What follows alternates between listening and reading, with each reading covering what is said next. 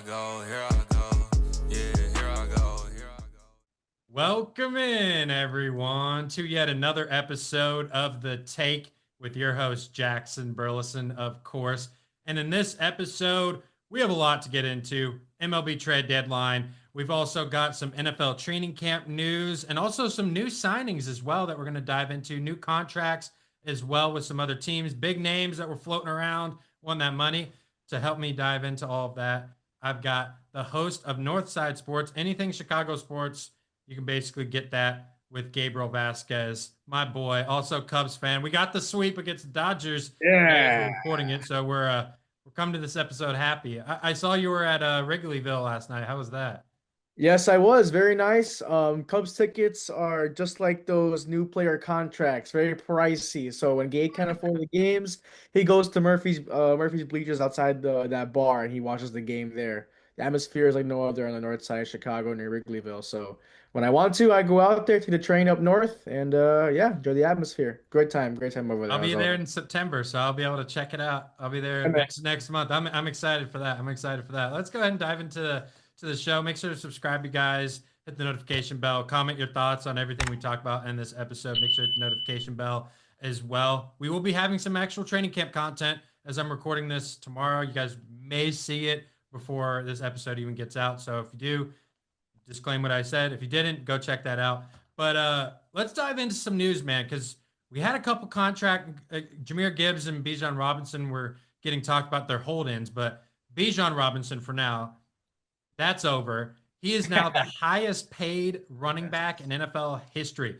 3 years, up to $75 million, 51 guaranteed, 22.25 million per year, the highest among NFL running backs.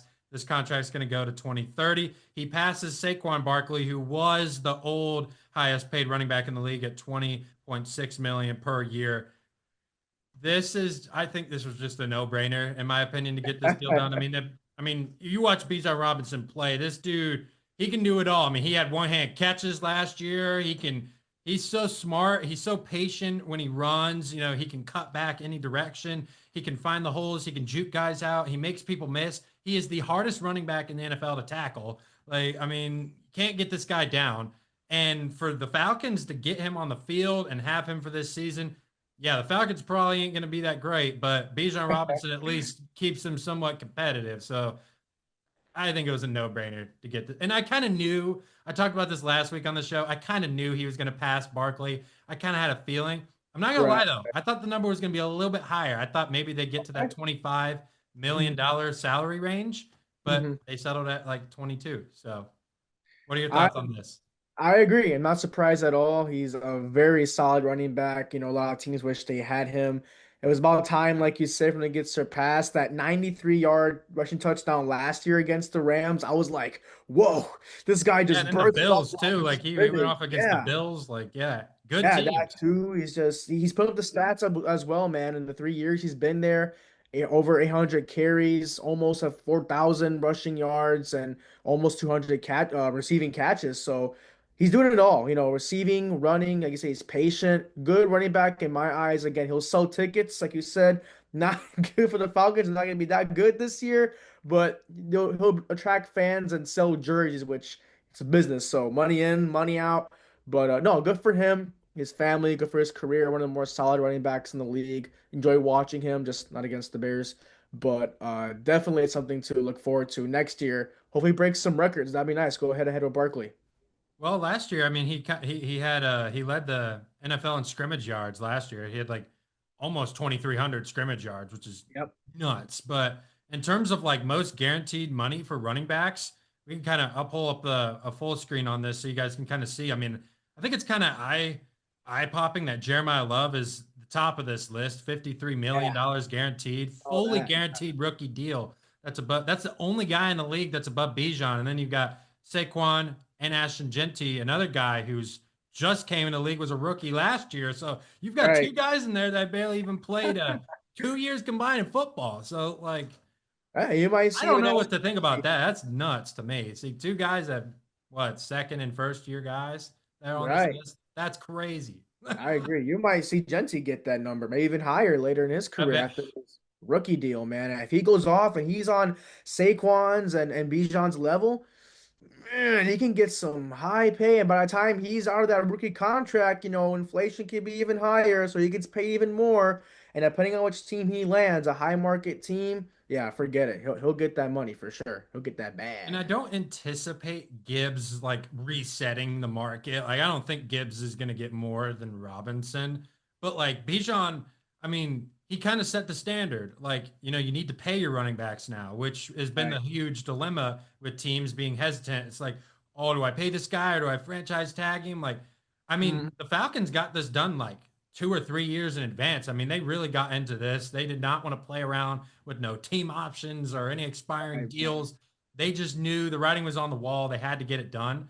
And I just think, like with running backs, there are some that are valuable. I mean, a guy like this with this kind of volume is basically your entire offense. It seems like at some points, Absolutely. this is a guy you have to have on the field. And this is the modern day running back. You catch, I mean, this is like a Christian McCaffrey, but he's just a little bit stronger. You know what I mean? Like, Yeah. No, that's what you're looking at. absolutely. No, for sure. Like I said, the offense part is entirely correct because I mean their quarterback's not the greatest in the world, so he's gonna Well, be you the got one Tua and then Michael kind of Penix, who's running it. injured. So I don't know what's Yeah, going on in that they're not. quarterback group. They're not gonna do it, behind the center there. So Bijan Robinson, like you said, is their whole offense. So he's the one gonna be with the most exciting plays, kind of carrying the team in general, especially offensively. So it's good to have them lock up that player. And running backs are a very solid piece in an offense. You need a good running game to pick up your passing game. So I'm all for it. And if they find their way out of this Tua Penix scenario and get a solid quarterback down the line, it could be a nice little solid duo in the offense with the Falcons. And that's kind of an overall picture with the Falcons. They've gotten a lot of extension done for some big time players this offseason. Let's move on to the next segment of the news topic. Micah Parsons, Green Bay Packer, tore his ACL and meniscus last season. Hmm. He's saying that playing in week 6 against Dallas at Lambeau is a possibility. He says it's not out of the cards yet, Right. but he said it was 10 to 12 weeks from now he could maybe Yeah, get to that 12 point. weeks. He's still Okay. rehabbing. He's been a little he's I've heard he's been running as well. He's been running. He's been doing some things. He's Okay. not participating in walkthroughs, but he is in the building and things like that. He is in team meetings. So like I know you're a Bears fan, so I guess I'll throw this one to you since you don't like the Yeah. Packers. But I know Mike Parsons when he was on the Cowboys. I saw the type of player he was. But how much do you think his play will change after coming off this knee injury when he does come back? I mean, to be completely honest, if he rushes back, I'm not saying he's necessarily rushing back, but for him to come so soon as week 6, in my eyes, that's kind of coming back a little too soon. I just think he's just really focusing on getting on the field, which is not a bad mentality. But if you come back, in answering your question, it's not going to be the same. I don't think that he's going to be that explosive edge that we see with the Cowboys like before. Even last year, he had 12 and a half sacks last year and led the league in quarterback pressures with 64. So I don't think it'll be the same at all, especially if he comes back that early, halfway through the year. If he wants to be as 100% healthy, or I would say even just close to that, come back week 8, week 10, week 11, 12. Come back more towards the end of the year when the Packers probably can use him more despite what the record might be. Just don't want to rush it. Of course, I don't want to see him face us. I don't want to see him in the league. I don't want to see the Packers be good in general. So if he's out until week 14, 15, hey, I'll take it. But good for the sport. I would say for Parsons to be in there, good for NFL in general would be nice. But if I'm him and if I'm a Packers fan, which obviously I'm not, I would let him wait a little bit more later in the year. It's good to see him running and stuff, but you never want to rush that type of injury early because it could be worse or you just can't be the same down the line. Yeah, I like how you brought it up, like rushing back, because I do feel like Patrick Mahomes is rushing back. Yeah, too. There's like a couple of players with like these knee injuries that I feel like are just it's mind-boggling how quickly their rehab process is. I mean, Micah's 7 months removed. I mean, he got Yeah, injured late in the year. I mean, he only missed 3 games. Like right. same with Mahomes. Like I said the same thing on the show last week. Like there is no way that these guys are ready. But I also said this, like if the coaches aren't saying anything, then they must know something that we don't. And Exactly. I Exactly. get that. I agree. I get why Micah wants to come back week 6. He wants to play Dallas. We get why he wants to return for that game. We get that. We know the whole For thing sure. behind that one. But Uh, I don't know if he's going to be the same guy. Yeah, the speed, like he's going to have to develop a little bit more of a skill set, I feel like, for him to be effective. Because Micah said, even I hope this is true for him, the sake of his career, he mhm. was saying that he hopes this is an injury he can just get out of the way. And then this can extend his career for like, 6 to 10 years. He's kind of Right. hoping that it's that way. And he also said that there's a lot of things he looked at in his game that he maybe wouldn't have before that he thinks, hey, I can get better in these areas, or I wasn't good in these areas before. Now I Mhm. think I can fine tune some of it.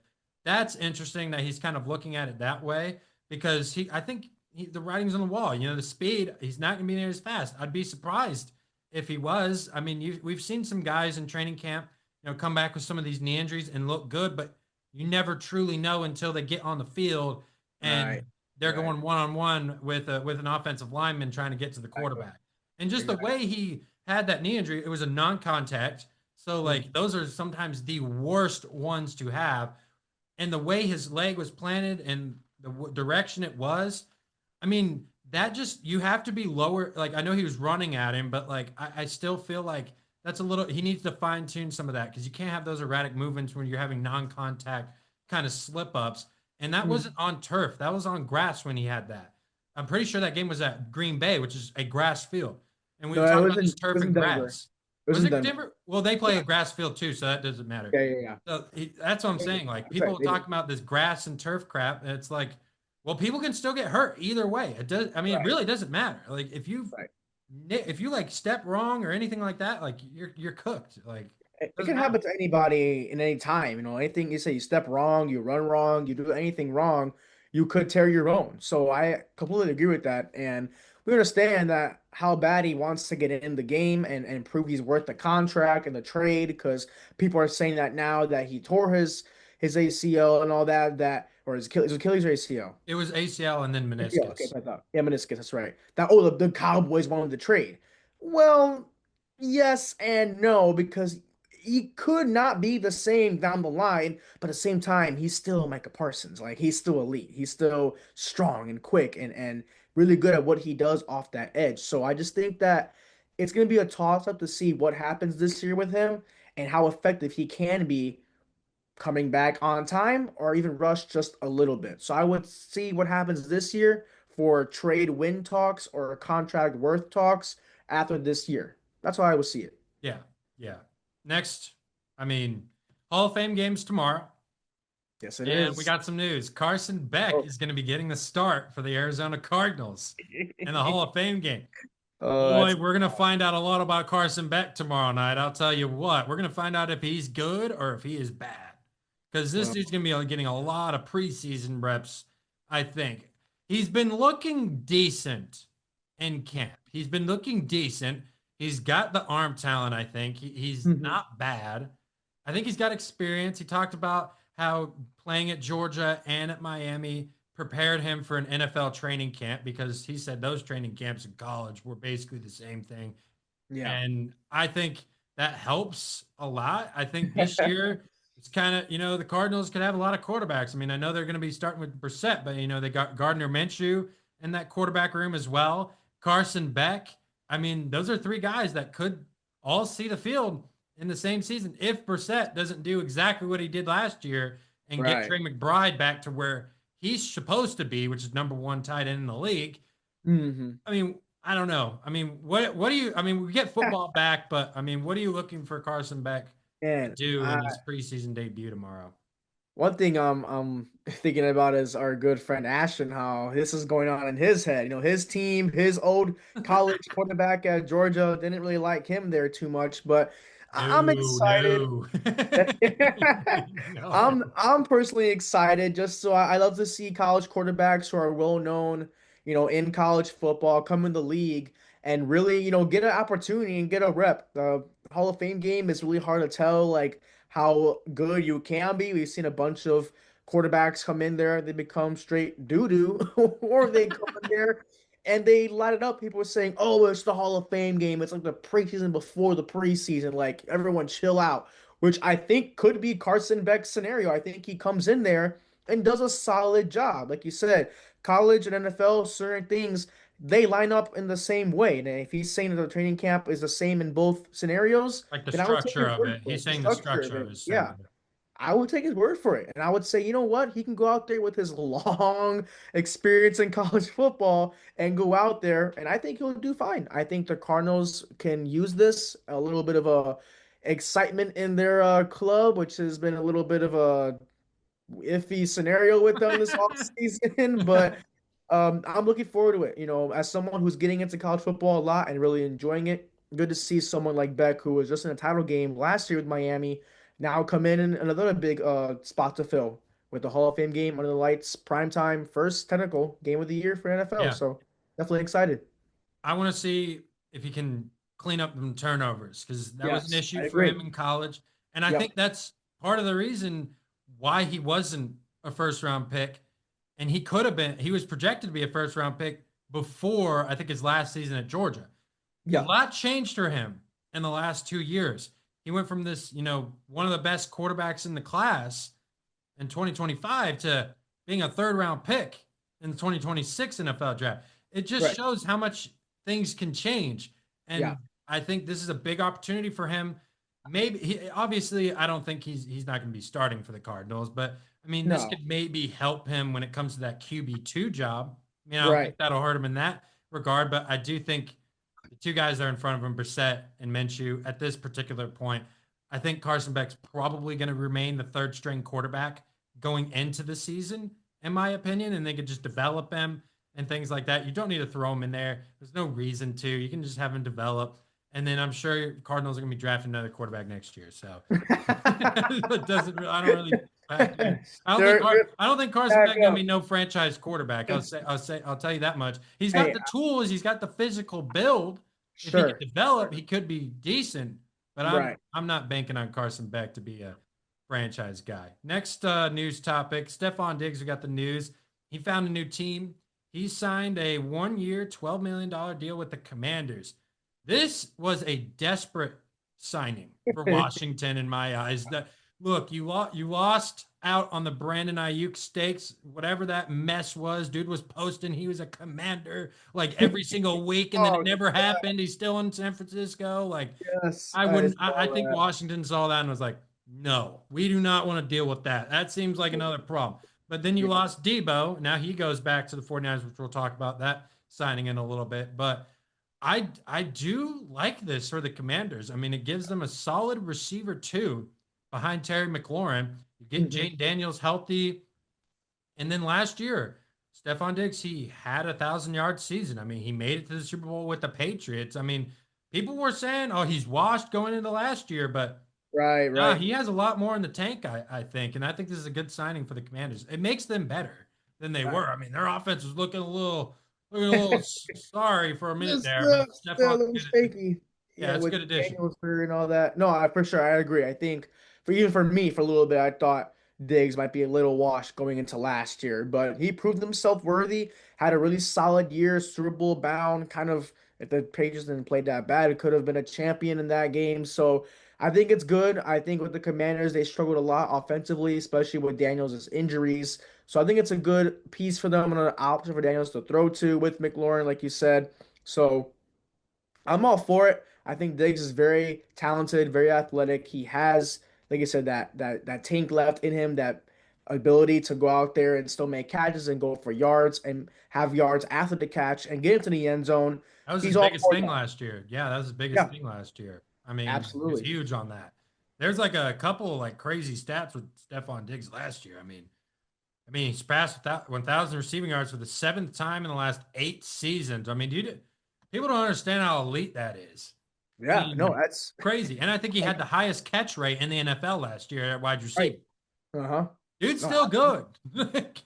I mean, he's not, and like he was in his prime No, years, he's not like a number one playing. guy, but On Washington, No. he doesn't even need to be that. They've got a No, number one no, already.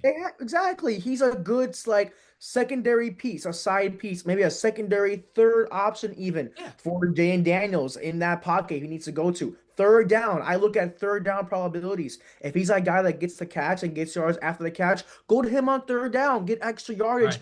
fight for that first down. It's exactly what he's there for. When you get guys who can do that and continue the drives for your team, that's all you need. And then use number one, guys. Use your running game, use your trick plays to get in the end zone. It's all about production and the team effort to really help your team out offensively. I know the Commanders, a team that I was a little salty off for a little bit the past couple Oh of yeah, years. we all know that. Yeah, we Yeah. got them last year. We'll take that one. But yeah, they all struggled offensively. They had some nice highlights, but they need Daniels healthy and back there and good as he can be. And with Diggs there and the rest of the receiving room, I think he'll be fine. I think they'll be pretty solid. Just don't beat the Bears. That's all I ask. And Stephon Diggs had a lot of off the field issues. May 4th found not guilty of felony strangulation and assault/battery charges involving his personal chef. The NFL investigated and found insufficient evidence to suspend him under the personal conduct policy. We all know that was going on during the Super Bowl. And then Diggs Yeah. is also pursuing a defamation lawsuit against Christopher Blake Griffith over allegation Diggs says are false. So Mm. again, yeah, that was something big where we're like, well, they're going to wait till the end of the season, to do the investigation after the Super Right. Bowl. That was a whole storyline. I was a little bit surprised. I think the Patriots are kind of stupid for not re-signing him, in my personal opinion. I can't believe. I mean, that was Drake Well, May. You talk about third down. That was Drake May's go-to third down guy. Was yeah, him. I completely agree. Like, I, come I on. I Like, why guess would you not keep him on the team? I mean, he was a huge piece of your team last year. You're just like, I yeah, agree. no, let's get rid of him. Why? He was good. AJ Brown, they were You could like have had AJ Brown and Stephon Diggs. What do you mean?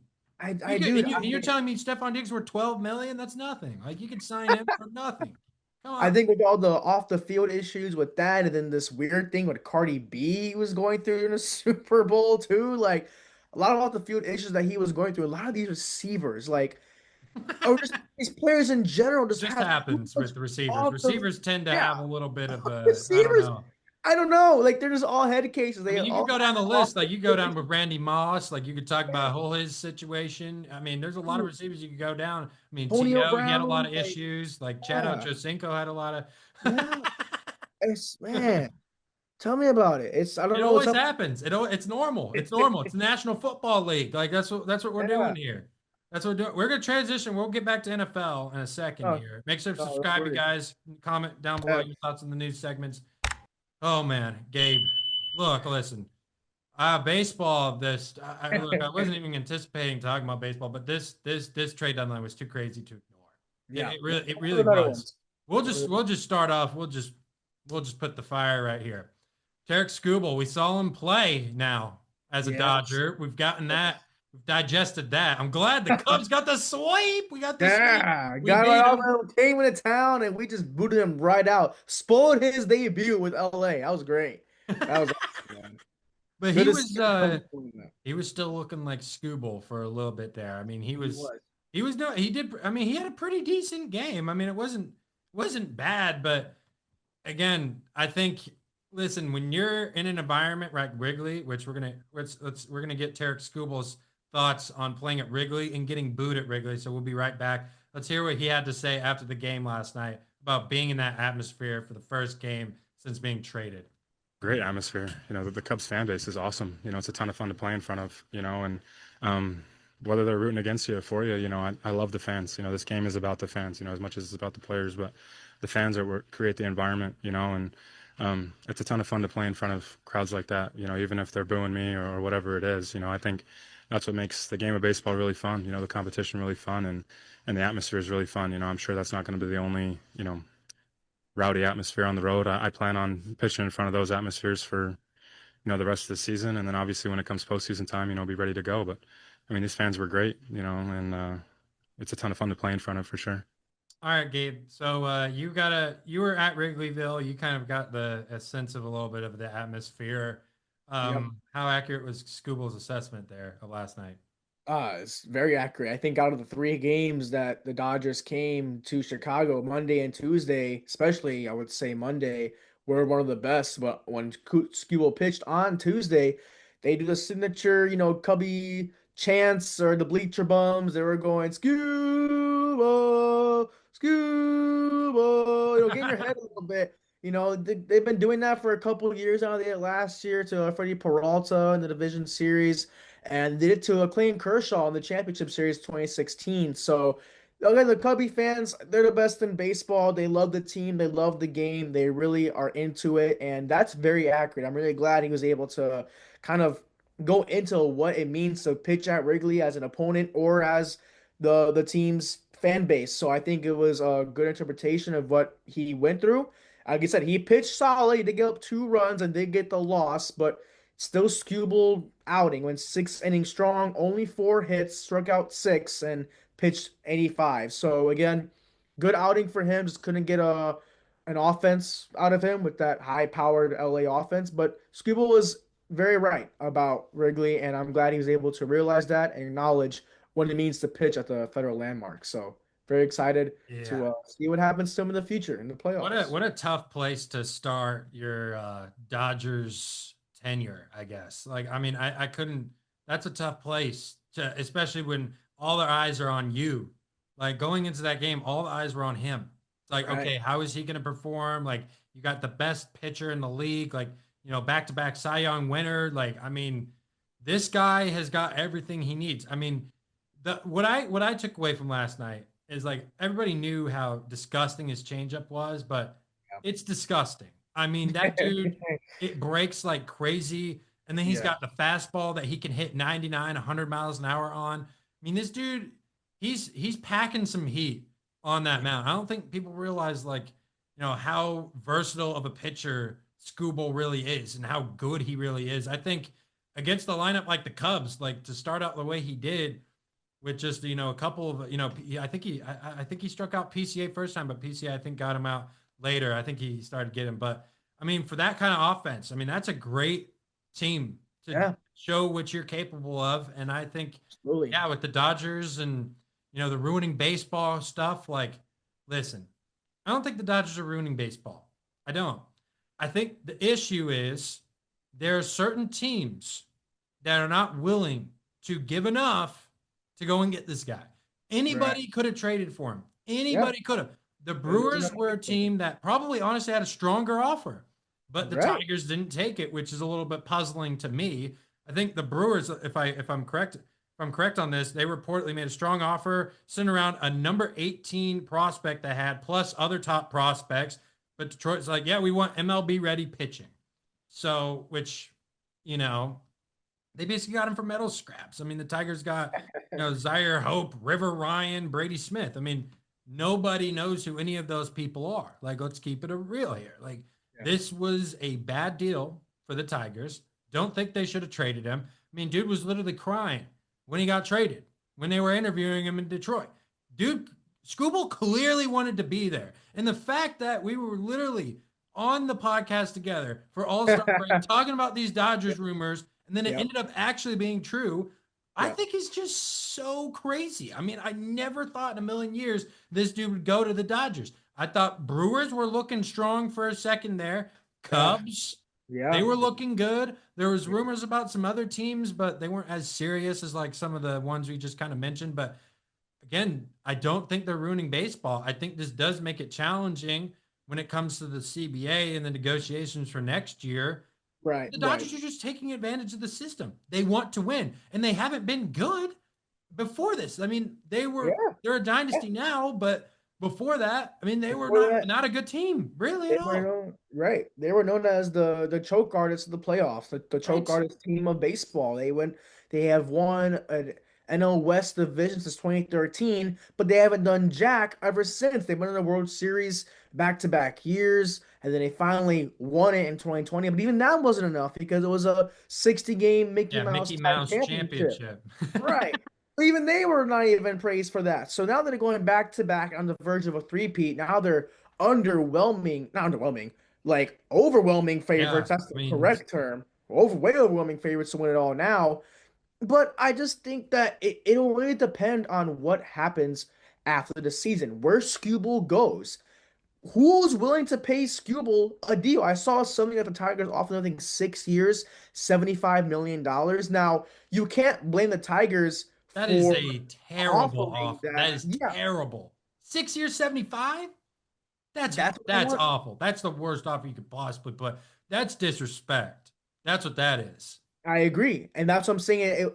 It's not the league's fault that even though the Tigers offered, yes, it wasn't a great one to Skubal's standards. He's one of the best pitchers, if not the best in the league. Of course, he deserves a fat contract, but that is your franchise pitcher.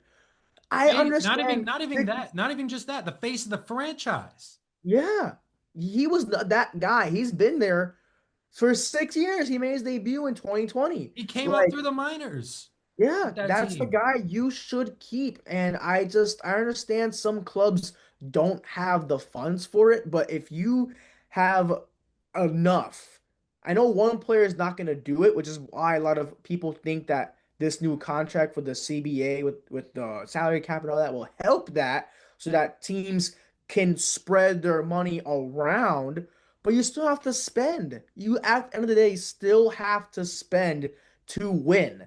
You can't be the Mets who put all their chips on one player and get Juan Soto for a humongous contract. You have to defer like the Dodgers are doing. And like you said, they just want to win. So yeah, Skubal going to the Dodgers was not even his decision. It wasn't up to him. Oh, The Dodgers just did it and said, "Hey, we want to win three in a row. We want to be dominant. We want to win because clearly no one else wants to put in their cards, their top players to win a championship." The cheaper teams, the low market teams, have to understand that if you want to win, you have to spend money and make blockbuster moves. The Brewers are never going to win a championship if they stick to low market players and contact weak type players to win a title. I don't care if you're the best in the league in the regular season. They have been in the World Series since 1982. That speaks volumes. They haven't even won one in franchise history, let alone been there since the mid 80s, early 80s. You have to spend to be good. Even if you have a low market payroll, you have to find ways. That's how I see it.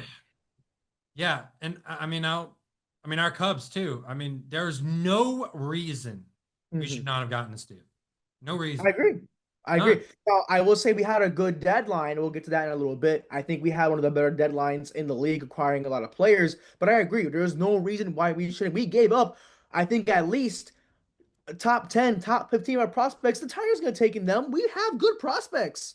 They could have gave away three or four of our top prospects and keep Skubal. And the Cubs have money. They could have given Skubal a solid contract. They gave Bregman 5 years, 115. They gave PCA 6 years, 170 something. They paid Swanson 7 years, 177. The Cubs had the funds to go out and get those franchise type players, those off-season acquisitions. It's about how much you are willing to give away. I'm all about winning now, winning right now. Yes, people like PCA come up later in the years, and now he's a superstar MVP front runner, but that comes with time. But right now, Cubs haven't won in 10 years. This is when you want to. And no knock off Jed Hoyer. Jed Hoyer did a phenomenal job this trade deadline. I am so proud of him. He was known as one of the more cheap general managers, not willing to spend, not willing to trade. He did it, and he made some good acquisitions. And now we are front runners to make the playoffs, obviously. And I think to some, I think reporters or even like analysis, we won the trade deadline. That's my opinion. And I agree. I think Jed Hoyer wanted it, but the Dodgers kind of just beat him to it. But again, the Dodgers have the refunds, or not the funds, the refunds, the sources, the funds to do it. And it also like goes beyond the funds. Like they had the will. They Right. wanted to get it done. They were Hmm. not going to settle. That's what I think the Dodgers are showing everybody is, hey, look, you can do whatever you want. You just have to be willing to. That's what you were alluding to. You have to be willing to spend. We'll get into a next trade because this trade we could talk about honestly all episode. Yeah. But yeah, I still think it's crazy.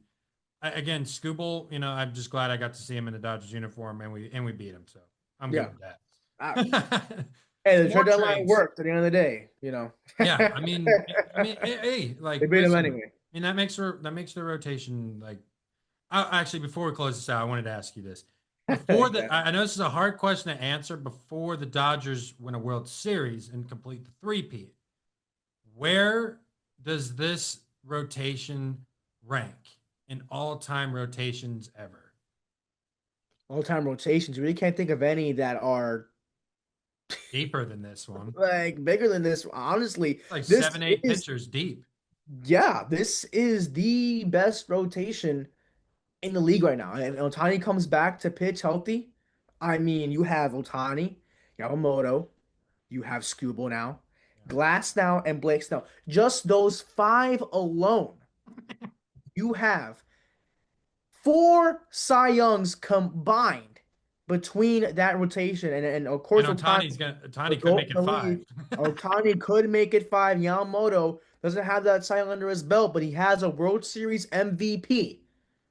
Yamamoto is the definition of a man of steel. He can go out there and pitch a complete game in the biggest of games. We saw it last postseason in the NLCS and the World Series. He got 3 wins in last year's Yeah. World Series. And he came off the couch in game 7, basically. He wasn't even supposed to pitch in that game. Oh, Closed and it he out. got the save and technically the win, but he saved the game, and he was the one that won the Dodgers World Series. So this is Greatest rotation of all time. yeah, Greatest rotation absolutely. ever. Yeah, Nobody touches this rotation. I can't I think of really any can't rotation think. that's ever had this kind of I talent. can't think of anything else. I mean, I know this might sound a little biased, but the Cubs rotation 2016 was solid, but it's nowhere near this. No. I would say, No. man, who's No. a I good mean, maybe rotation? the only team right now that you could maybe compare is the Yankees rotation, but again, like, it kind of falls off after the third guy. Right, Like exactly, you're not exactly. you're not still consistently all-star, all-star, all-star, all-star. Like you're like all-star, all-star. Yeah, he's a good player, but not like all-star. Like, Right, no, right, yeah, you don't right. get 7 of those Yeah, guys. Like that's not no, fair. no, That's yeah, not fair. I'm telling you, a 7-game series against this team is going to be freaking rough because these guys do not have to go out there and pitch. Like Scooble's not going to be expected to throw for 8 innings. I mean, we saw last night that Dave Roberts is willing to go deep with him and pitch him. right. He pitched him last night. I mean, he pitched him. I was a little bit surprised how long he was actually in there because Yep. there were some times I was like, yeah, I think he's starting to look a little tired. He's getting hit on a little bit. They were giving up some base hits. They're getting guys on base. I was like, Mhm. maybe you can pull him, but they decided to pull him, let him finish the inning, and then they're like, okay, we'll keep you out. I think that was honestly kind of showing like, hey, we're willing to go do this. We're willing to put him in for this long. We have the confidence in him. Doesn't matter if it's the first game or not. We're willing to do Right. it. We're willing to do it. Another team that made a deal, and we kind of talked about this too. I was saying last episode for the All Star that Luis Ariz I think is going to get moved, and he did. He did get moved. He went to the Phillies. I Yep. mean that's a good deal, and he played well in his debut. I mean he got the Yep. easiest contact hit I've ever seen. Drove a run in and Trey Turner. I mean that's a good sign. People are saying defensively it's going to hurt the Phillies having him at first base. You're putting Bryce Harper back in the outfield. I'll be Mhm. interesting to see how that works. Me personally, I'd rather take the offense because that makes that Phillies offense a lot better. And they're going to Yeah. get on base and they have guys that can drive people in. They have power. Now you get a contact guy, the best contact hitter in baseball right now, in my opinion. I saw him play when he was on the Giants. I mean, he was basically the only bright spot on that entire team. I mean, Right. essentially. So Yeah, no I kidding. like the move. I think the Phillies did a good job with that. I had a feeling that Arise might move just because the Giants are selling. I agree. Giants were big time sellers. Very disappointing for their season. Very I think it's disappointing. great. Yeah, I could have fooled me, man. Well, right. 3-time batting champ. You'd love to have someone like that in your lineup who's a contact hitter, gets on base, and in some way, shape, or form, not in a power way, but as a run producer in a contact way. You get running scoring position for him. He knocks them in. He gets a hit. He drives and runs. So huge on that. He returned to second base this year. He did say that if he was going to get traded somewhere, he wants to play second base. So I think he still probably will be in second base. It'll be tough to see where they move Harper and Alec Bohm. I heard they might put him at first. I think they're putting him at first now because there's a whole question mark on what they're going to do with Alec Bone, who has been pretty good this year too. So I Yeah. mean, Well, we'll see what the Phillies can do because they're also a team that's like always got the talent, but they just don't do enough with it. Yeah, exactly, for sure. And if you want to get a little power surge out of a rise, I mean, Philly in some cases can be a hitter's ballpark. He wasn't hit that many home runs in San Francisco. That's a big time pitcher's ballpark. So I think him in general, glove or not, but definitely the bat helps a lot. A lot of power guys that Philly has, and Harper, Schwarber, Bohm, Turner, like all those guys hit for power, hit long balls, and can even strike out from time to time. So when you have a Rice who doesn't strike out that much to begin with, has an average almost over 325, Yeah. in my eyes, that's exactly who you need. That's exactly what you need out of him. Get on base and let the big boys, the power guys, hit over the wall. And I read on my notes, he is expected to remain Philadelphia's everyday second baseman. Oh, okay. So Every day. it looks like Alec Bohm is going to be first base. Bryson Stott, he's going to be third. And then Bryce Harper is going to be in the outfield. That's right. So it looks like that's the defensive alignment that they're going to be going with, which doesn't look too bad, in my opinion. No, doesn't at all. I just think And that I don't look at Luis as a defensive liability, really. I mean, he's not a Gold Glove type of guy, but I mean, he's still decent. I mean, he yeah, can go out no, there and be he's good with serviceable. the glove there. I think he's better maybe at first base just a tad more than his second base spot, but I think his heart is at second base because he's known for that and he's put so much work into playing second. But God forbid any injuries come with the Phillies down the stretch, you have a versatile type guy who can play second and first and still keep that bat in the lineup. So that's what I see out of it. And then let's talk about the last like big trade, and then we can talk about one more trade that we really liked, and then we'll move on to the rest of the NFL stuff. Adley Rutschman going to the Red Sox. Very interesting. Very Yeah. interesting. He is on IL with that inflamed wrist right now, so I think he's probably going to come back later in the month. But that is a scary team now. I think Boston is starting to look realer and realer by the day now, because now you get a shiny catcher and Adley Mhm. Rutschman, which a lot of people were thinking that the Yankees might try and go and get, but they failed. They failed. They They couldn't sure get a did. catcher. They actually needed him. They went and got, Luis Garcia Jr., which that's the other trade I really like. Yeah. But yeah, I think Adley Rutschman to the Red Sox is a sneaky move that makes Boston a contender, in my I opinion, in the yeah, AL. absolutely. I agree. Their late season assault towards the trade deadline happens quite a bit for the It was past weird. 6 years or so. I saw They something were that, awful. yeah, they were like They were way below bad. 500. They were like out of like the league, out of the division. They were They like the were talking bottom about feeder of the selling, division. like, Like, yeah, we're talking about like trading Sonny Gray and Rodas yeah, Chat because that's how bad they were. And look at them now; they're buying, and now they got one of the more praised catchers in the league. And I think it's a great move they got.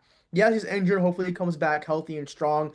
He's having more of a downish year with his bat than like we're used to, before him. Only batting around 250 with 8 homers, 47 RBIs. Not that much, but that's he's still good for a yeah, down I year. mean, That's still good. in this league, in this league in baseball now, knowing how hard it is to hit the damn baseball, that is solid. I mean, he's a third-time All-Star again. One of the more praised catchers. Like you said, shiny guy. I think it's a great addition. The Red Sox also need a catcher because with their two catchers combined had an OPS of just 615. That's not really good. They Oh, can't be that's doing that bad. with 5 homers and 37 RBIs combined. So I'm glad they were able to get someone who can slightly double that or even just have a couple points higher in the regard of the offense. And you add his glove to it. He's got a great arm, man. As a Yeah, host of a cannon, he can definitely throw runners out.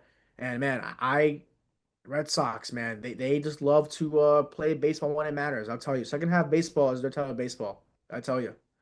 I just think, in my opinion, this is just a crazy world that we live in for the Orioles. Because I mean, 2 years ago, number one seed in the American League. Ah, tell me again. It seemed like they were going to put the league on fire with all this young talent they were getting, and then now you trade your best player, and it's like, where do they go from here? It kind of looks like the Orioles are back to being Back to a rebuilding. bad team. It's like Yep, back you to where just they were. basically had a best record in the league, and then now it's like 2 years later, it's like, yeah, Rutschman is not an Oriole. I mean, I don't think I would have predicted that Oh, going into no. this deadline either, that he might get moved. I mean, I didn't really think that was a big storyline going to deadline. Like Rutschman's definitely going to get moved. Like that's definitively happening. Like never really saw much chatter about that. So I think this trade kind of shocked me a little bit. Kind of like the Scuba one, obviously not as much as the Scuba one. That one we knew he was going to get traded, but we didn't know just where. But this one was like I didn't think he'd get traded at all. I thought Yeah, Baltimore I would at think least it try to was make it anywhere. work, Right. right? I mean,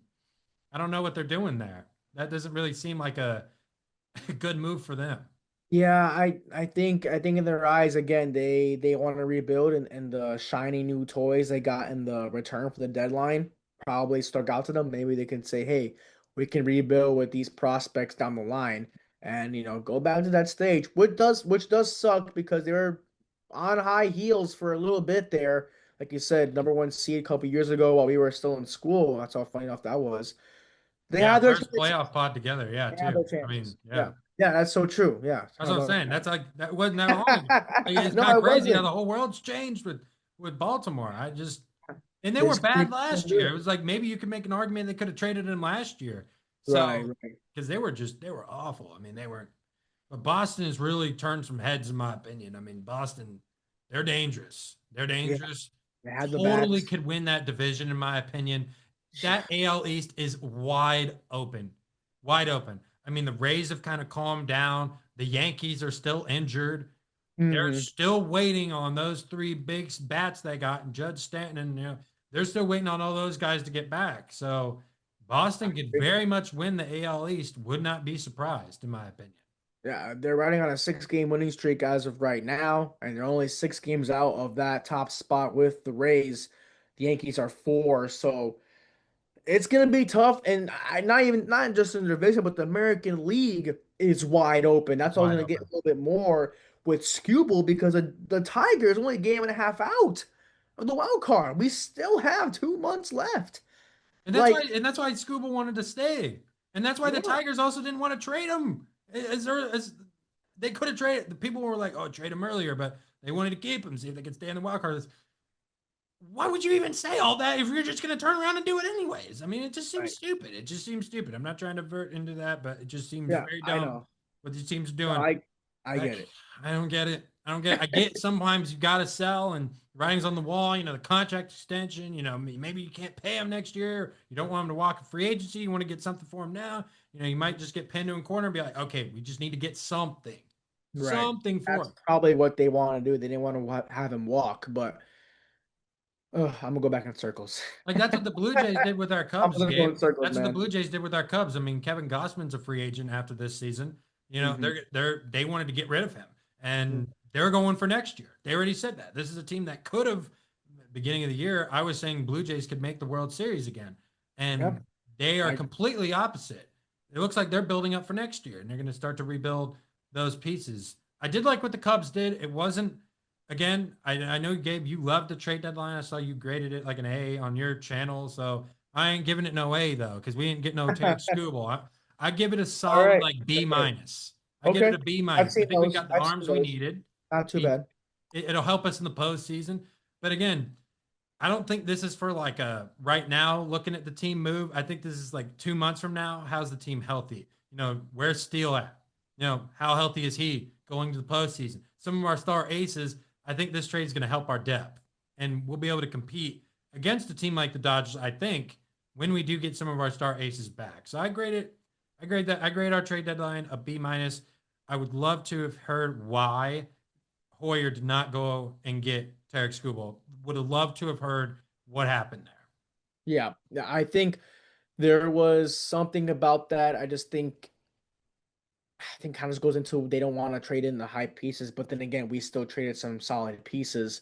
I'll have to look more on exactly why he didn't go after Scribble as much as we thought he I would. didn't see any reason I We didn't didn't see see any anything. solid reason. Maybe trying I to didn't hide see it. anything. I don't even I think he don't said anything know, about it. but yeah, and again, it's hard not to be biased about my team because my team's in the center of a lot of things in the league from their market and stuff. But like I said, I thought we had a really solid deadline.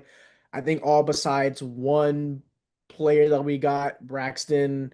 Uh, Braxton Miller from the Mil- Marlins. He's yeah, basically a triple yeah, A guy. yeah, AAA guy, and he was sent down there. So That one was kind of iffy. I think they just kind of got caught up with a trade that didn't work out with, I think his last name is Demeters. I really can't pronounce his last name, from the Angels that didn't go through. He was the guy that a lot of Cubs fans wanted because he was more of a starter type piece, left-handed thump. So interesting with that, but overall, Clay Holmes, one of the pieces that we wanted, so I'm glad we got him. I know he had his iffy days in New York, but I think he's picked it up since then. And I really like Zephyrhan, who we picked up. Was a very Yeah, low pick. That guy could be a nice yeah, late he's inning good. guy. He's good. He's came in back-to-back games against LA, so The I one, like two, you three in over his the debut first. was hilarious. Yeah, yeah. He got my guy Otani looking a little silly there with that sweeper pitch, but good move there. And Tyrone Taylor was a sneaky one. Didn't think that one was gonna happen, but it's always good to have some outfield depth. Give PCA a rest, give Suzuki a rest, give Hap a rest. Sometimes, especially in the playoffs, we need a nice bench type guy. Still have Conforto, but my main thing, I won't go too long about this. My main thing about what Jed Hoyer did is he didn't give up our like top young guys in the league now. Yeah, we gave up some tough prospects for the future, but we still get Pedro Ramirez, who's a very solid bat and glove out there. Kevin Alcantara just hit his first career home run on Tuesday or Monday. It was very happy for him, and they get rid of Conforto, who Conforto's been pretty solid for us this year as well. So some small guys that we like in our team, we didn't get rid of. Now we did get rid of Ballesteros, which was definitely sad to see, but there was no real spot for him, and he hasn't been the same since the No. beginning of the year. So tough to see him leave, but again, gotta do what we gotta do to get some trades in. So I'm I overall I'm happy about it, for sure.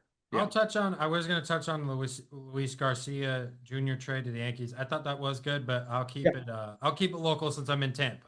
So the Rays, they made a Yeah. move for Freddie Peralta, got him off the Mets.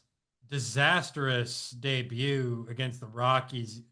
My goodness, a lot of 2 home runs against the Rocky. That didn't look great. I hope that's just a minor speed bump, but He did man, pitch in Colorado, which, that's a pitcher's that's a hitter's just ballpark. nightmare. That's like That's you want to literally the make shortest distance from home plate to the outfield. That's in the league. I remember in MLB the show when I'm playing Diamond Dynasty like 10 years ago. That's the park everybody want to use because you can get those home run numbers. Yeah, I don't. Again, I also think another trade the Rays made Liam Hicks from the Marlins, which I did get to see a lot of Miami Marlins. Liam Hicks when I was down there, great player. He got a home run. I think he hit their first grand slam of the season for the Rays last night as well. So he's already coming in, cleaning up house, Yeah, getting man. those runners in. That's one of the best catchers. That's one of the best catchers. He's a sneaky catcher. He's Mhm. really good at hitting the ball. I mean, he's batting like 280, something Yeah. like that. I mean, he's been really elite this year, and he's a younger guy. So that's a dude that can stay. 27. 27, Yeah, yeah. I think the Rays did a solid. I think the Rays again were another team that maybe could have gotten Scooble as well Yeah, because I think they they were on kind of that as need that. well. Yeah, Yep. they need it. They need it. I mean, I think the it's just so razor thin right now. I mean, I saw the White Sox and Rays at the time, number 1 seed, number 2 seed in the American League going Mhm. at it. They struggled against the White Sox. They got beat to a pulp. I mean, they were allowed 9 runs. It was 9-1 the game I went to. Two Mhm. innings, they had bases loaded, didn't score any. Zero. Right. You can't, I'm telling you, Tampa, the Rays need to get it together. You cannot have that happen again. I'm telling you. If you Yeah. have guys on base, fully loaded bases, and you can't drive these guys in, it's happened 3 times. I've been to Rangers all this week. Rangers, the White Sox, the way they did twice against the White Sox, once against the Rangers in the fourth inning, it was like bases loaded, they didn't score any.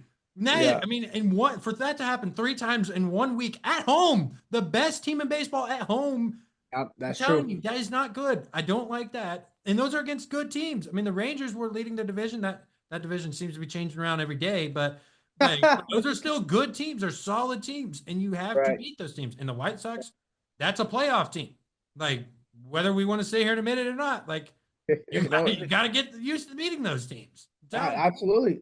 They definitely are. And I was surprised to see that despite how good the Rays have been in general, let alone at home, you're telling me like, yeah, these guys are 9-1. I'm like, yeah, man, they're pesky. Like the White Sox are pesky good sometimes for no reason. And it's like, where did this come from? You They know? got Luis Castillo.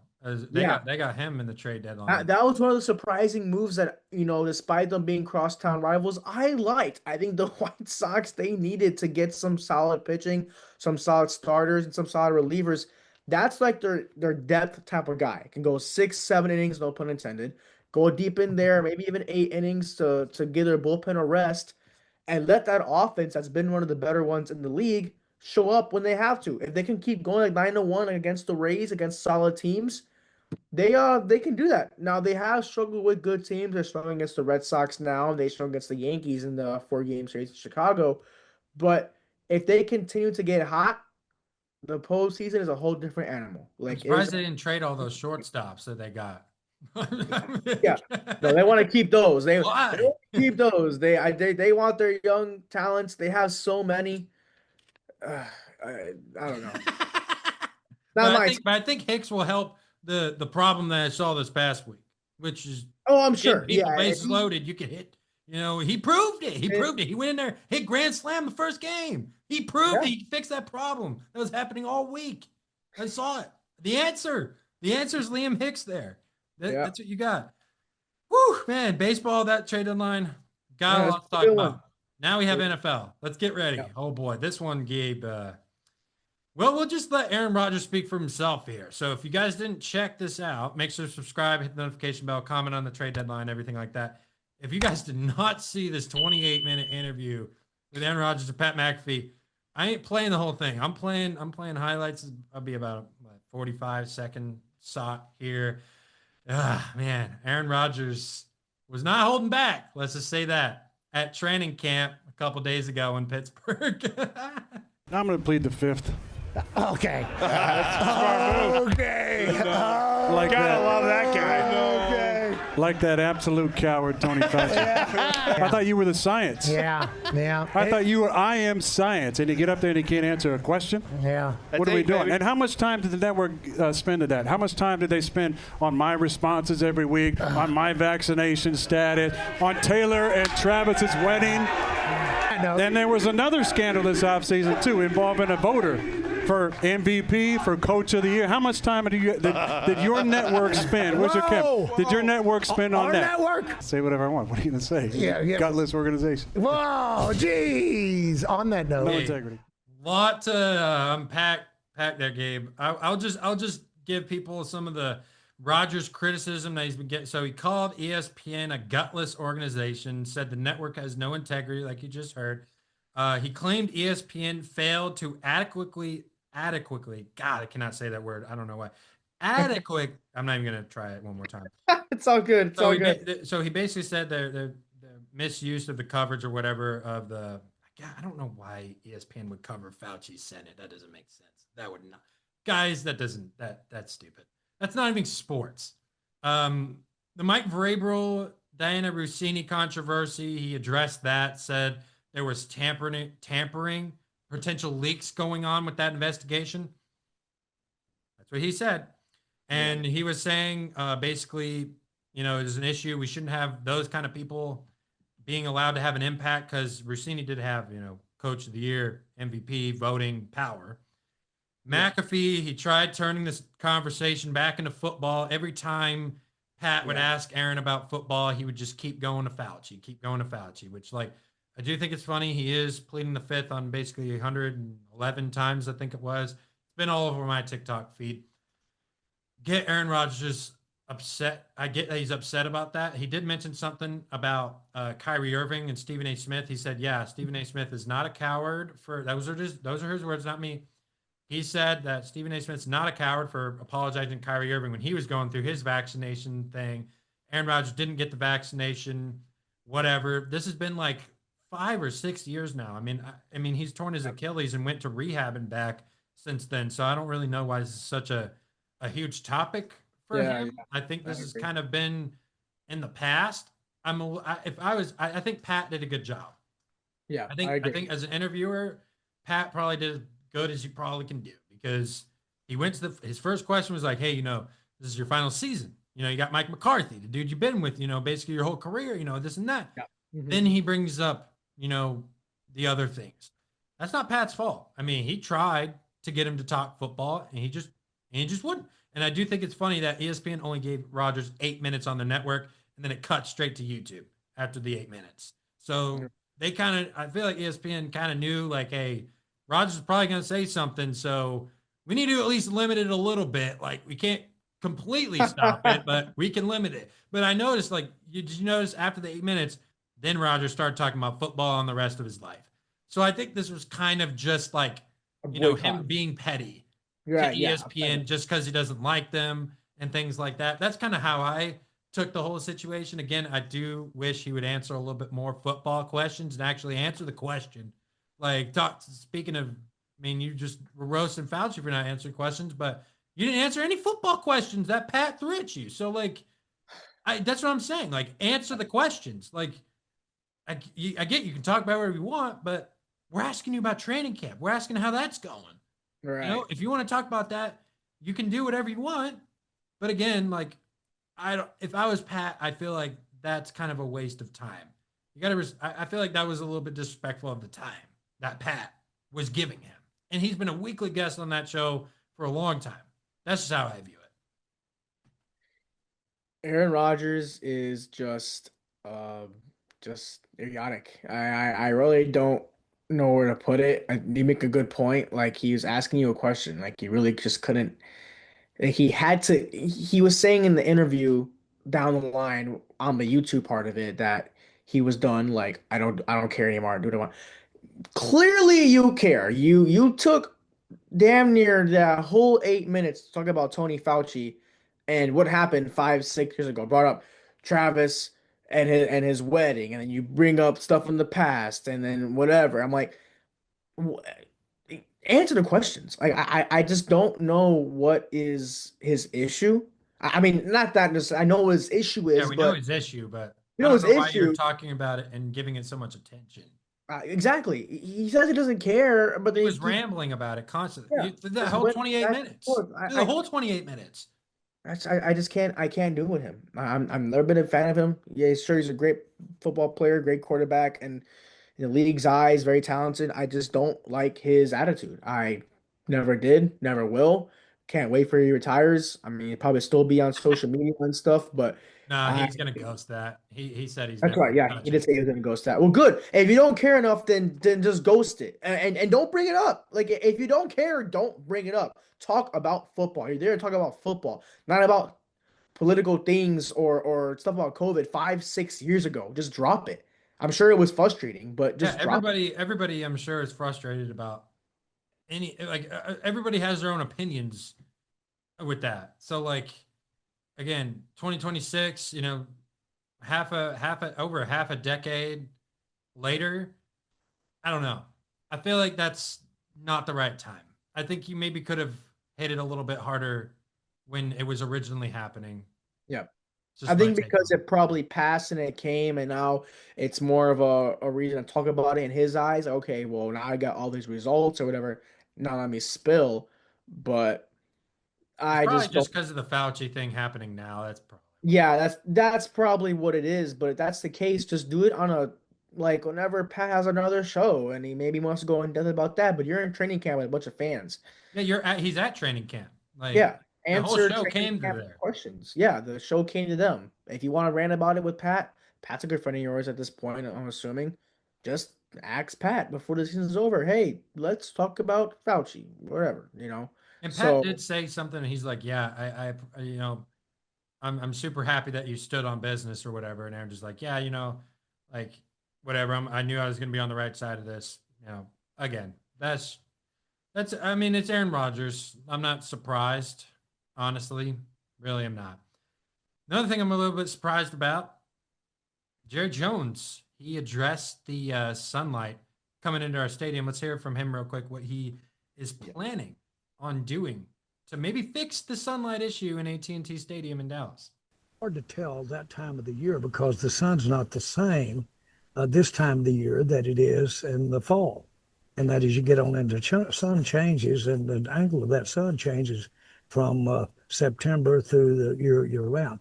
But as we look at it, I like some of the effects of the tinting, and so we're giving that a thought. Yeah, I think tenting is probably a good way to do it. I mean, you could tent all Yep. the glass in there, Yeah, I agree. all of it. I, It's a disadvantage for us. Can't yeah. see the ball. CD said he couldn't see a pass last year. We'd get in the end zone. Can't have that happen. You're trying to win. You don't need disadvantages at home. Right.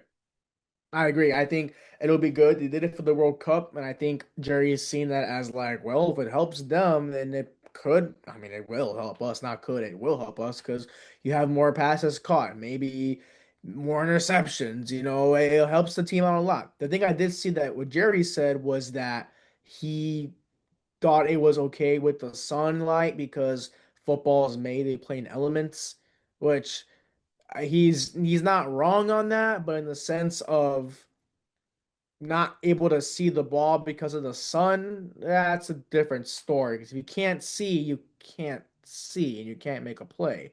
So I just think I'm glad he's able to recognize this, knowing how Jerry is Jerry.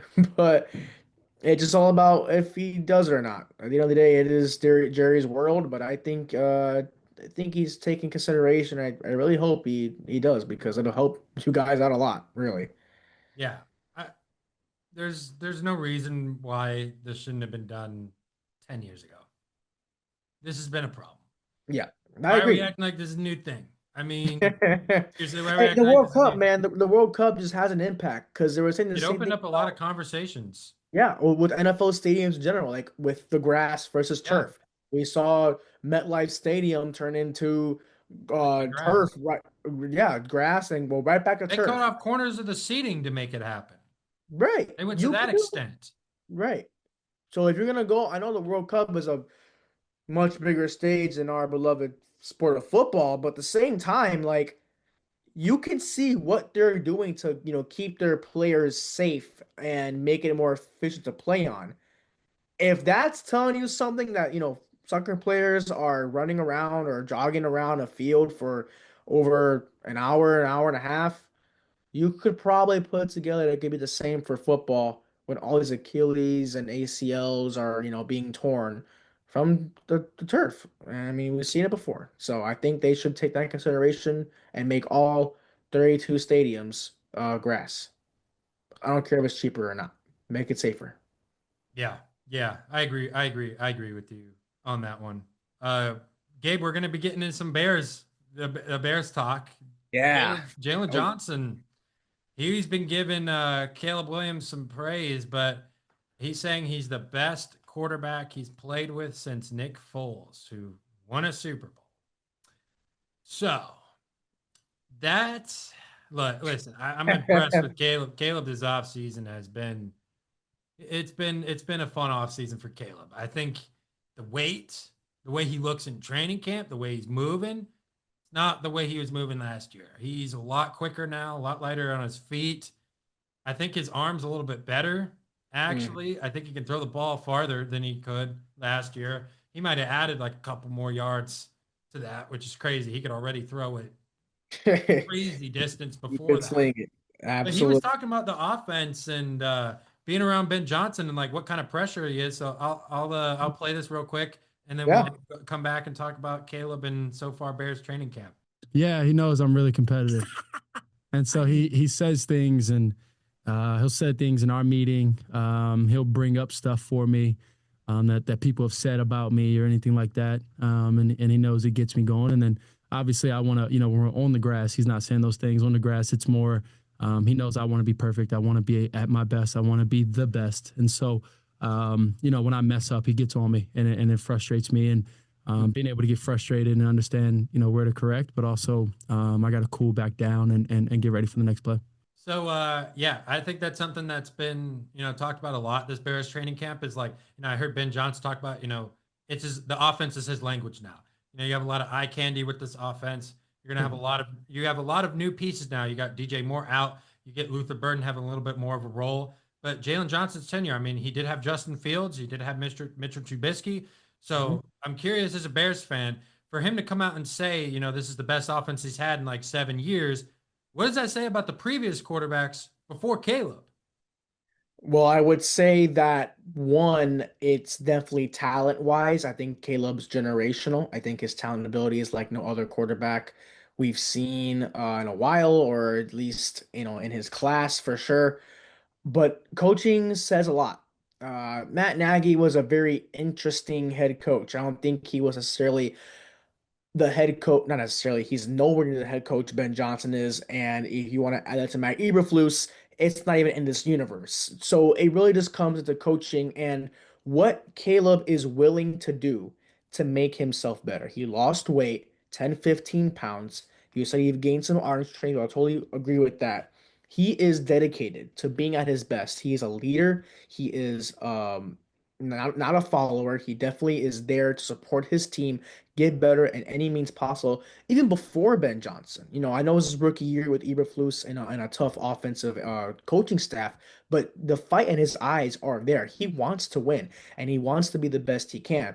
Ben Johnson just gave him that extra confidence, that extra boost, that extra, I guess, wisdom from Ben Johnson's amazing offensive mindset that I can see helps Caleb 10 times more than he already has in his mind. So for Jalen Johnson to say that, that is not a hot take, not disagreeable at all. This is the best Bears offense, I would say, in the history of the Bears, if not in a very long time. And I really can't say a very long time because I really haven't seen a Bears offense this successful, at least since I've watched it. Not even a Super Bowl winning team had a successful offense, at least quarterback wise. Of course, we have Walter Payton, but still, for him to say that is not shocking. I will be shocked if he didn't say that because Caleb Williams, in my opinion, is a top 5 quarterback right now. I think he is elite. He can do some things better. He can stay in the pocket a little longer. He can probably find better reads. But other than that, towards the end part of the year in the playoffs, he got that. And that's exactly where he comes alive, is when the games matter. And I love the fourth quarter comeback, the Iceman, the king of the comeback. But I can't wait to see him dominate defenses and blow out teams. Of course, that comes with defense as well. But I have no issue with Jalen Johnson's comment. Completely true. And just the mindset and ability he has to be better within himself just speaks volumes of who he is as a player. I'm surprised he brings up Nick Foles before Trubisky.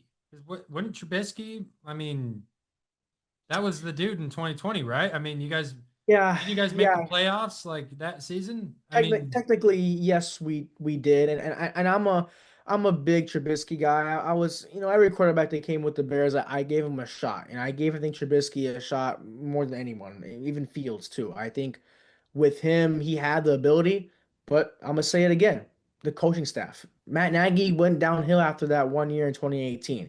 He's a great offensive coordinator, great offensive-minded coach, just not the head coach that I think Trubisky needed. I think if Ben Johnson was in Trubisky's shoes, of course, he doesn't have the ability of Caleb Williams and his talent, ability he has. But I think the coach that Johnson is just speaks volumes of what he does to players. So I think it could have meant a lot. We see that all the time.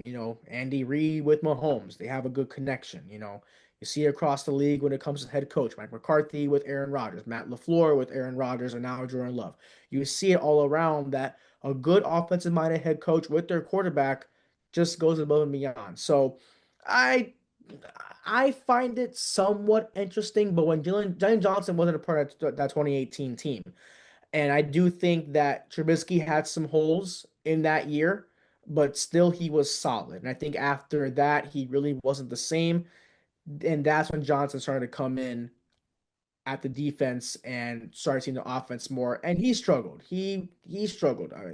Plain simple. Of course, we got Nick Foles and Fields and Dalton. You guys won like 3 games when started Nick Foles. So I think maybe in the way that he sees Nick Foles as the quarterback that led the Eagles to that run. Yeah, it led the Eagles to play. In that regard, I can see that. And I guess in Jalen Johnson's career, he hasn't seen that many great quarterbacks because... So I guess it's not really that hard for him to make this claim, Hey, that's kind of a slight diss to Nick Foles. Caleb's the best Bears quarterback in 10 years. It's not even a debate. So yeah, I think it's probably better than Jake Cutler. He's better. You can go farther down. Yeah, better than Kyle Orton, I mean, he has the most. he's the most talented Bears Yeah, quarterback ever. that and He I is. think at this point, not the most passing yards for a Bear ever in the quarterback position. He almost had 4,000 last year. Yeah, he's gonna get it this year. I'll tell you. He's gonna get it this year. Better. I'm tired of these jokes. Tired of the 4,000. I'm telling you, jokes. Caleb. I think Caleb, because you know how high I was you know how I was with him his rookie season. Yes. Didn't go well because of the coaching, but then the next year I was like, Caleb, he's clearly got this division in the palm of his hands. This dude literally is, in my opinion, looking at the division, Caleb's the best quarterback in that division. You can make an argument with Goff and Caleb, but I think Caleb is more talented. Goff can put up better numbers because he's got, I think, better weapons, in my opinion, across the board. Maybe this year it's a little bit closer. But again, I think Caleb is the best quarterback in that division. And when you got the best quarterback in the NFC North, you're going to win games. And the second year under Ben Johnson's offense, this dude's going to be, he's not going to be thinking about the offense now. He's just going to be going out there and executing after the snap. Where do I go with the football? What do I do? Ben Johnson's also going to, get guys in space, or implement the run game. How much better can this defense be? You re-signed, Darnell Wright. You got that, tackle position, secured. He's going to be there.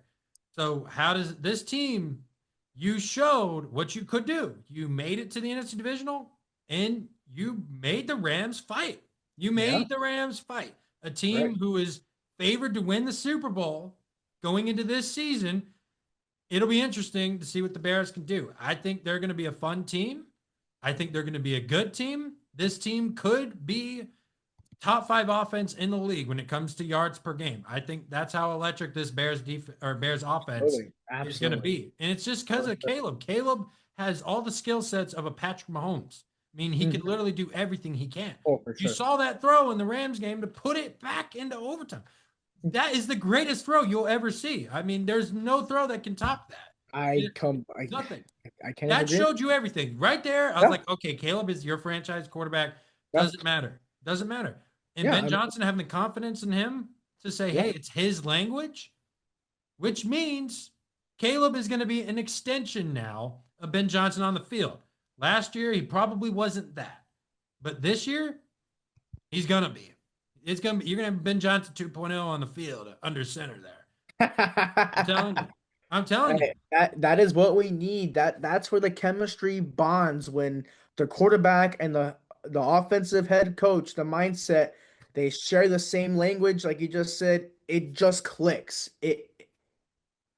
And knowing the offense, like you're gonna, you know it better. You're more comfortable. You're not gonna be flustered. And then if you are, we've seen Caleb get in positions where he's got pressure in his face and he's got to run. Those off-schedule throws, that's what makes Caleb elite. I think what he's kind of talked about this offseason is like, hey, getting that completion percentage up, getting those turnovers down.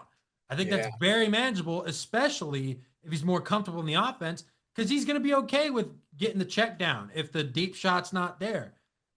That's what you're going to see. In year 3, Caleb Williams, we saw the jump that he took in year 2. Probably not the cleanest year 2 in my personal opinion, but especially for Bears fans, you had a lot of gray hairs that season. You were pulling your hairs out. Like you probably were tired of it. But this year, that's a learning lesson. Now you know how to close games like that, and you also know how to start games faster. That's what the Bears need to do, because we've seen with Trubisky, even with that coaching staff, they knew how to get off to hot starts. You get a guy on a jet sweep. Just give one of your playmakers the ball, then get some easy, quick yards. Even if it's like 5 or 4 yards, it's still better than, it makes it second and manageable instead of getting behind the sticks, like, 2nd and 13, or like even staying at like 2nd and 10, like it just makes your life so much easier as an offense. And then Ben Johnson now, he can just keep building this playbook. He built the foundation for the playbook. Now you can start adding more variations, choice routes, whatever you want to do. The sky's the limit now, because now Caleb has the foundational understanding of what Ben Johnson wants to do, because that's what every quarterback has to have. That's why continuity in the NFL is so important, like you were talking about earlier, because you can build that playbook. When you have coaches coming in and out, you're getting a new playbook every year. That's why Jalen Hurts, in my opinion, has had a tough time in Philadelphia because he hasn't had continuity on the offensive side of the ball. He gets an new offensive coordinator every year. Yeah. That's tough. You got to learn a new playbook. You're not building. You're just relearning or you're learning new. It's a tough business being a quarterback. That's why it's the hardest position to play in sports. Because you have to know what you're doing, but you also got to be like, well, I got 3 seconds until I get lit up or I got a head in my ribs. Or if I don't get rid of this football, it's going to be bad. Or if I don't put it where he's supposed to, I could really injure a guy. There's a lot to think about as a quarterback. And I think Caleb maturity throughout the summer, him understand. I don't think anybody was telling him to lose weight. He probably just went and did it. Yeah. That's what you want to see. That's initiative. Mindset with it. Yeah, absolutely. That's what you want to see. I am so excited. I am so excited. I love baseball. I love going through the summer of baseball, but that ick is not seeing Caleb Williams throw deep to the Burden or Roma Dunze and see him hyped up with his good buddy Ben Johnson. So I see a MVP season loading. Benjamin. Yes. And Caleb. Yes. Yes. Oh man. Williams Johnson. There we go. Williams Johnson. Yeah. We got some other signing. We talked about this one. Deebo Samuel goes back to the 49ers, reunite with his old team when the Washington experiment did not work. He thought he was going to go get that ring real quick. Psych. He ain't getting no ring. He's back. Well, he's not back in the best way. Okay. The Niners had no choice but to sign this guy because Ricky Pearsall, he had that season-ending surgery. This dude he's cursed with injuries. I mean, he had that shooting incident and then he got hurt. It's just, that's right. He's so unlucky. And then that's why the Niners had to go and get this guy, Deebo, back on the team. So you get him for $7 million, cheap. You get him for a 1-year rental. I mean, see what he goes from there. I mean, he knows the team well. He knows the scheme. He knows the offense. Yep. Like it's going to be plug and play with that. Right, exactly. He's been with the quarterback, with the head coach. I mean, basically a reunion. Don't hate the move at all. Just see where he goes. Kind of hopefully he gets back to what we know he can be because he was one of the more elite receivers in the league from what I remember. Even Jimmy Garoppolo was there. So definitely something to look forward to. Just hopefully he can stay healthy. Unlike this whole 49ers staff in general, just can never stay healthy. I mean, they have just been on the injured the coach got in a car accident. He got in that car accident. Yeah, that was rough. Yeah. It's a cursed team when it comes to injuries. Yeah. They're always injured. Everybody always says if San Francisco's healthy, when you got to throw that if healthy in there, that's when you know it's going to be tough. Probably not going to happen. Right. Health's probably not going to be in the equation. Yeah, that's just how it goes in San Francisco. I don't know why it's like that. Even Purdy got some of that. Even McCaffrey got some of that. Every single player seems to get some injury bug at some point in the season. I mean, they were missing Purdy for basically the entire beginning of last season. And they somehow still make the playoffs because Mac Jones kept them alive for somehow. He sure kept did. them alive. I don't know how he's doing that. But yeah, I think Deebo, it's a scheme fit. I just don't like. It just feels like, oh well, Deebo, we got Christian Kirk injured. Oh, we got Ricky Pearsall injured. You want to come back? Come back, yeah. We don't have receivers. Come on. We don't have anybody. Come on, we need you. I don't like. If I'm Deebo, I'm like, well, I'll take it, but Right. Just reunite really quick and then just dip back again. Go for a 1-year deal with the Ravens. This next topic. Listen, I'm going to go on a limb and say this. This is the shockingest retirement in NFL history. Jalen Polk, 24 years of age, retires because of personal issues. Dude just got drafted out of Washington 2 years ago, was balling out in the college football playoff against Texas, had that crazy touchdown. This dude was supposed to be a good player. Now he doesn't even have 200 yards receiving after he ends his NFL career, and he retired before the Saints put pads on in training camp. He was going to make the team. He was going to be on the roster. And you retire at 24. Shockingest retirement in NFL history. Never seen anything like this. Was completely just shocked by that. I'm like, 24 years of age and you sure you're done playing in the National Football League? But he's done.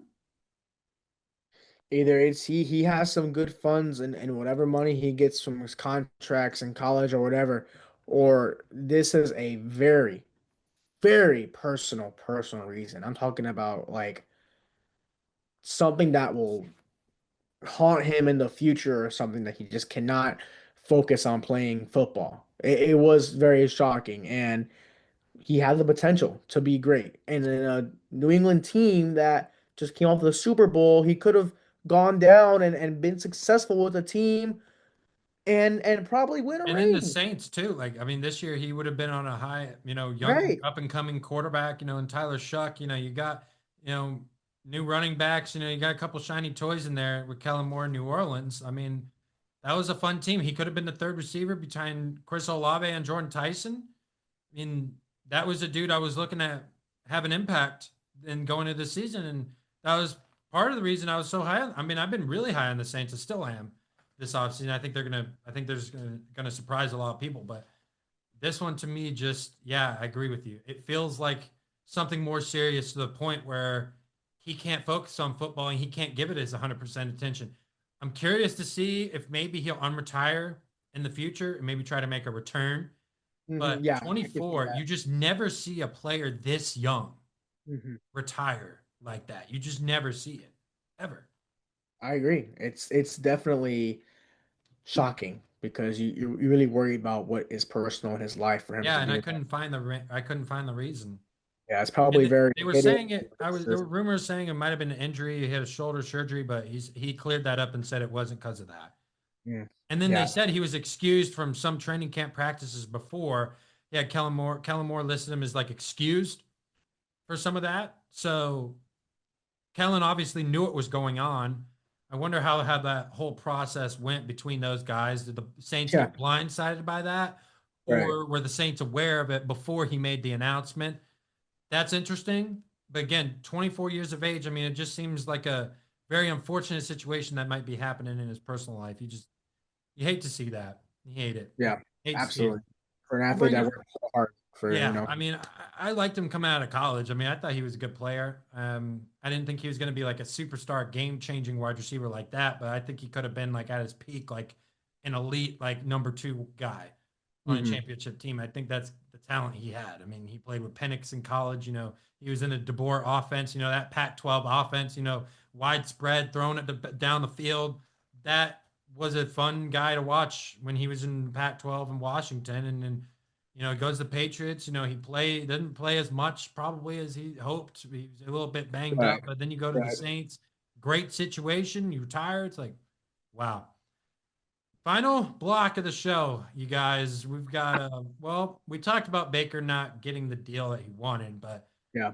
to me, I feel like it was. Listen, if the Bucks are gonna say, "Hey, you're a franchise quarterback. You're our guy," Mhm. and they turn around and offer you 2 years, 100 million. I feel like that's a good offer. I mean, I know it's not the years he's looking for. I mean, 4 years Right. is probably what he's looking for, 3 years, but you're still making 50 million a season. I Good. mean, that's still a good Good. chunk of change. You know what I mean? Like, Oh, I don't know absolutely. what's your take on. I mean, I'm gonna be at Bucks training camp, so I get. I mean, they're not talking about it anymore, so Baker's just gonna be out there focusing on football. But again, like, what are you feeling about this Baker situation? I mean, I would agree that it's not what he's looking for, like you said, we're year wise. But if you're making the bread and you're at least going to stay there for more than 1 year, you could work it out and maybe make a more of a low key type salary later on. But 50 million for 2 years, it's not bad. Or That's an overpay, in my 100 opinion. I million, don't yeah. think I mean, Baker's worth that. for him, it's not bad. I mean, it offers you $50 million, better freaking take it. But I think I understand in our eyes as fans of the game, way too much for Baker. If he's gonna get 50 million a year, I would agree with him for the sake of just what he values to be longer. I mean, yeah, I get it for 4 or 5 years, 50 million. Maybe you can break it up into different pieces of the contract, but still. I do think it's a lot. Baker's a solid quarterback. He got another chance in the league and has proved it. The Bucks didn't turn out the way they wanted to last year, but I do think he has the ability to go out there and put the Bucks in a spot where they compete for the playoffs. So I'm all for it, but yeah, it's a little much. The Bucks not very known for spending. I just think they wanted to take a gamble on this quarterback, knowing they might not have one in the future. Because again, Baker is solid, but kind of goes up to him and what he wants to do with his future. I think he should take it. Yes, it's overpaid, but you're still getting 50 mil. That's what I said. Like, why would you not take that? I mean, even if it's 2 years, you're still making, like you said, you're still getting the bread. That's what I'm a little bit confused by. And then he's like, he's disrespected. I mean, before the offer came out, I was like, okay, well, they must have offered this guy like $2 million, 50 million, 40 million, whatever. But no, it was 2 year, 100 million. I'm like, yeah, I don't really feel the same way about. I don't have a lot of. I don't feel bad for Baker, because everybody wants to feel bad for him. Oh, Cleveland, he played injured. Oh, it's like it's always poor Baker. It's like, no, you can't keep doing poor Baker, especially when you're not winning the worst division in football every single season. That is probably why the Bucs are not giving you 4 years, because you have not been consistently winning the division. Yeah, you might have, given Detroit a game, your first season, whatever. But Tampa's always a team that's 6-2, and then it'll go, well, you're 6-8. How is that possible? You know what I mean? Like I'm curious to see like how his like vibe is. Like when I do go to training camp, I'm curious to see like how he is around his teammates. I'm sure he's probably gonna be fine, but I'm curious just as a spectator watching it, like, hey, how is he gonna be? How is he playing? Does he look sharp in camp? I haven't really watched too much of Bucs camp on YouTube, so I'm curious to see in person like how that is. And I'm sure Baker's not going to be a distraction to the team. He said that not going to be a distraction to the team. He's here to play football. It's all ball from here on out. There was a press conference last week. I'm not talking about the contract after this. They're not talking, which I think is also a bad play by Baker too, because usually you can negotiate until before the season. I mean, from my team, Dallas Cowboys personally, like we saw Dak Prescott negotiate until like the day of the first game of the regular season. You know what I mean? Like, why did he stop it so quickly? He's just like, nope, I didn't get the offer I wanted. Let's stop talking. Yeah, I don't guess get that. Why pause that? Or I guess he doesn't want it to be, in the team's vibe. I think he just wants to play. I think he wants to earn it. And I think maybe he can change the Bucs' mind and to give him a better contract in his eyes. I don't know if you're going to get a better yearly salary than that, though. I mean, well, I mean, when it comes to yearly salary, he's probably thumbing the bag. He's not making more than Dak. There's no way he's making more than Dak Prescott, who's making $60 million a year. There's no way. The thing is that if he goes for a longer deal, year wise, he's gonna lose that 50 mil. He's not gonna get 50 mil for 5-6 years. No, he's gonna lose that money. I just think in his eyes being disrespected, it's the term of the contract for 2 years. But my guy, like, just take the 50 mil and then see what your future holds. At that point, it's not about the money. It's just about where you'll play, but you'll be set for life. You get 100 mil over 2 years, and you're a solid, quarterback in a solid team. The Bucs are not like the greatest right now, but you can make a run for it. Like you said, they're like 6'2", 6'3" by like week 9, 10. They can keep going. They just, be consistent more. That's all they got to do. Yeah. And I think Baker just want to get in his own head when it comes to contract talks, or get in the team's head. Just wants to play and see what happens. Yep. Yeah. Yeah. That's I'll put it that way. Man. Well, this has been another episode of The Take with your host, Jackson Burlison. I'm joined by host of Northside Sports, Gabriel Vazquez. I appreciate you hopping on, man, to talk baseball and football. Of course, brother. My two favorite sports. Love talking about it. Anytime, man. Anytime. Let's get it. I appreciate you hopping on, man. Make sure to go subscribe, hit the notification bell, comment your thoughts on this video below. I'm Jackson Burlison, of course. This is Gabriel Vazquez, and we will see you guys in the next episode. Peace. Cubs. Talk to me, baby. Talk to me nice. I'm from another world, baby, yeah. Broadway paradise. They think I'm way too cold, cause I put my